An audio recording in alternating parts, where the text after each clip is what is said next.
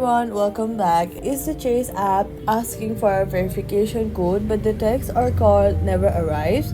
This is one of the most frustrating Chase problems and it's almost always caused by one of these three things. First, check if you have Do Not Disturb or any focus mode turned on your iPhone. Swipe down from the top right and check the focus button. If it's on, turn it off because it could be blocking the text from Chase.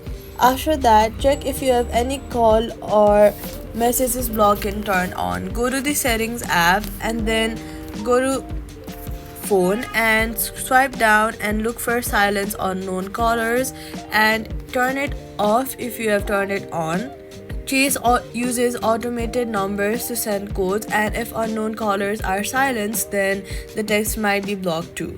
Now, go to the Chase login app login screen and tap the option that says Try a different way. Chase lets you choose to get the code by phone, call instead of text, or by email if your email is on file. Choose whichever one is most likely to reach you right now and request a new code.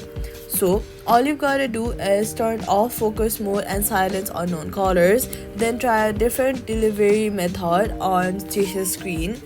Your verification code will get through. And that's it. Subscribe for more banking fixes.